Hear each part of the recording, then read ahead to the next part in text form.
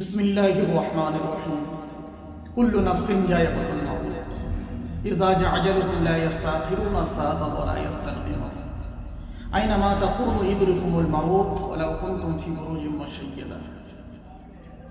আল্লাহ ফকির হাম বিশ্বনবী জনাব মুহাম্মদ রাসূলুল্লাহ সাল্লাল্লাহু আলাইহি ওয়াসাল্লামের নামে অসংখ্য দরুদ ও সালাম। সকলে প্রাণ ভরে পড়ি সাল্লাল্লাহু আলাইহি ওয়াসাল্লাম। আমাদের মরণ অবধারিত, কেউ অস্বীকার করতে পারবো না, কেউ বলতে পারবো না যে আমি মরবো না, আমি দুনিয়ায় চিরদিন বেঁচে থাকব। তো এই মরণ সম্পর্কে আমার রাসূল পাক সাল্লাল্লাহু আলাইহি ওয়াসাল্লাম ১৫০০ বছর আগে বলে দিয়েছেন এবং আল্লাহ পাক কালামুল্লাহ শরীফের ভিতরে অসংখ্য জায়গায় মরণ সম্পর্কে ঘোষণা করেছেন যে আমাদের মরতে হবে, মরণের সময় আসলে ১ সেকেন্ড আগে পরে করা হবে না এবং যার যেখানে মরণ আছে সেখানেই তার মওত হয়ে যাবে।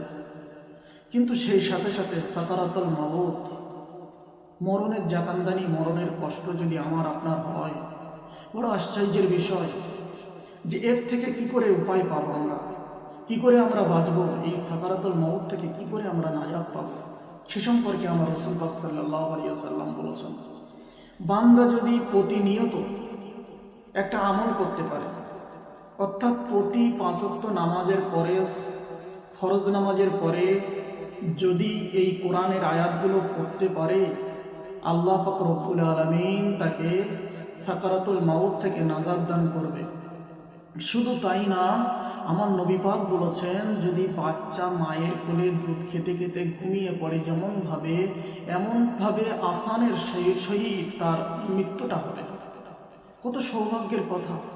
ঠিক সেই বিশ্ব নবীর কথা যদি আমরা মেনে চলি, তা আমাদের ইহকাল পরকালে উভয় কালেই উভয় সময়ই আমাদের নাজাত মিলবে।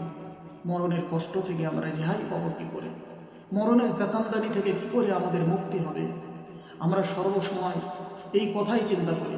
কিন্তু আমার নবী পাক সাল্লাল্লাহু আলাইহি ওয়াসাল্লাম ১৫০০ বছর আগে বলেছেন, বান্দা প্রতি নামাজের পরে, প্রতি ফরজ নামাজের পরে কোনো বান্দা বান্দে যদি আয়াতুল কুরসি একবার করে তিলাওয়াত করে, একবার, দুবার, তিনবার যদি তিলাওয়াত করতে থাকে ফরজ নামাজের পরে, মরণের সময় তার মওতটা এমন আসানের সহিত হবে, বাচ্চা মায়ের কোলে দুধ খেতে খেতে ঘুমিয়ে পড়ে, যেমন সে বুঝতে পারে না, ঠিক তেমনইভাবে তার মওতটা হবে, সে জানতেও পারবে না যে আমার মরণের কষ্টটা।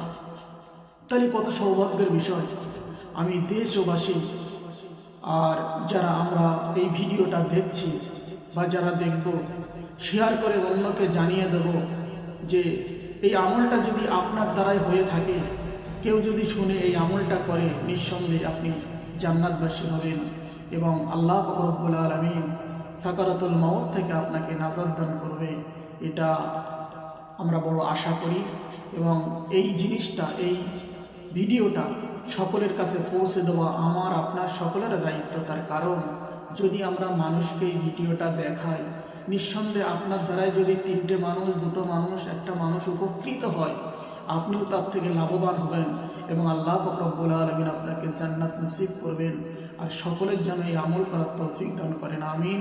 ওয়া আখিরু দাওয়াহুম আনিল হামদুলিল্লাহি রাব্বিল আলামিন।